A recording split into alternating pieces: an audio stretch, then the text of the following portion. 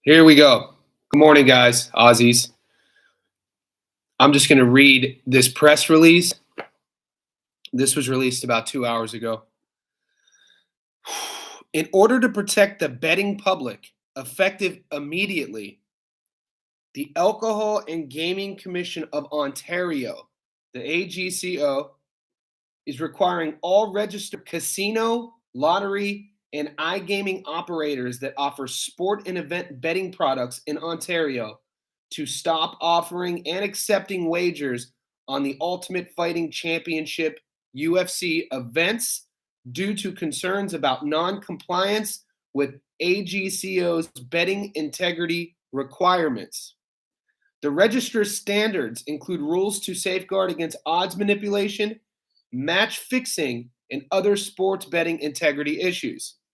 Operators must specifically ensure that for sporting events being bet on, the event must be effectively supervised by a sport governing body which must, at minimum, prescribe final rules and enforce codes of conduct that include prohibitions on betting by insiders, and there are integrity safeguards in place which are sufficient to mitigate the risk of match fixing, cheat at play, and other illicit activity that might influence the outcome of bet upon events.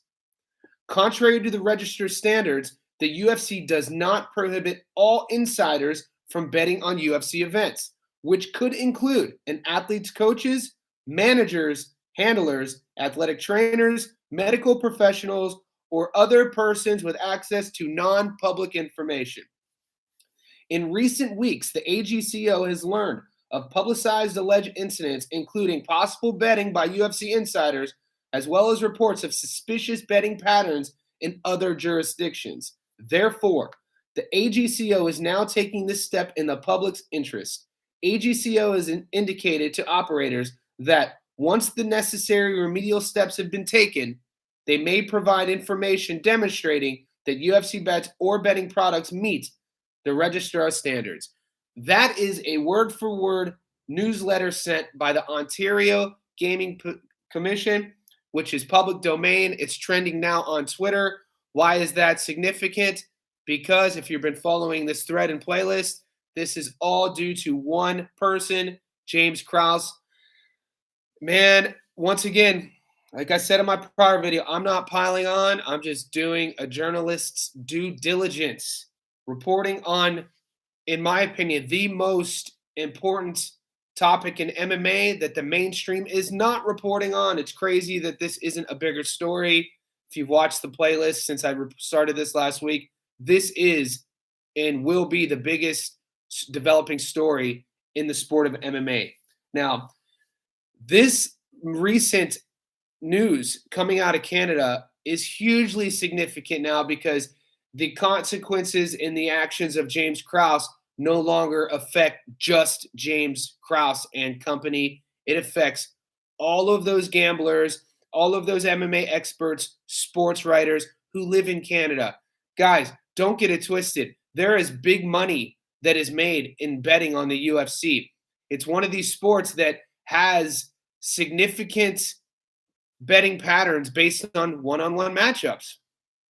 With a gold belt, the key, the matchmaking is important, but there are people who make their livelihood off of betting on these fights. So when the Gaming Commission in Canada releases something like this and for now has stopped all Canadians betting on the sport, that literally is taking money, potential money, out of the pockets of certain gamblers. There is a big card this weekend, and the odds on that card are significant in relation to winning money. That's the Kevin Holland Wonderboy Thompson card. I'm going to now read you just a few tweets from some substantial, incredible MMA figures globally in the UFC that happen to live in Canada. Now, all of you UFC fans will know who Damon Martin is. He's a reporter, and he's the one who he tweets, "So now Ontario has banned all casinos and sports books from accepting bets on UFC fights due to concerns over betting integrity requirements. It appears on the surface this is more fallout from the situation surrounding James Krause and the Derek Minner fight. That was from Damon Martin. Now this is from Adam Martin. James Krause absolutely ruined UFC betting in Ontario. I'm at an absolute loss for words right now. I can't believe how badly this guy messed it up for the rest of us. Some of us supplement our income with UFC betting. This is just so messed up. It's an actual nightmare. Aaron Bronstetter. The Ontario Alcohol and Gaming Commission of Ontario have required Ontario gaming operators to stop offering and accepting UFC bets to provide the necessary safeguards against odds manipulation, match fixing, and other integrity issues. That is wild. One more. This is wild. Old MMA Hour episode where Krause says he makes way more money betting on the sport than coaching. This is the video I did yesterday. My guess is when the UFC banned fighters and coaches from gambling, Krause was like, nah, fuck it, I'm still betting. And that's that a lot of the pushback now from the MMA community is obviously from the consequences of Krause, but the insiders still supported and had Krause's back because of his credibility in the sport and what he's meant for MMA.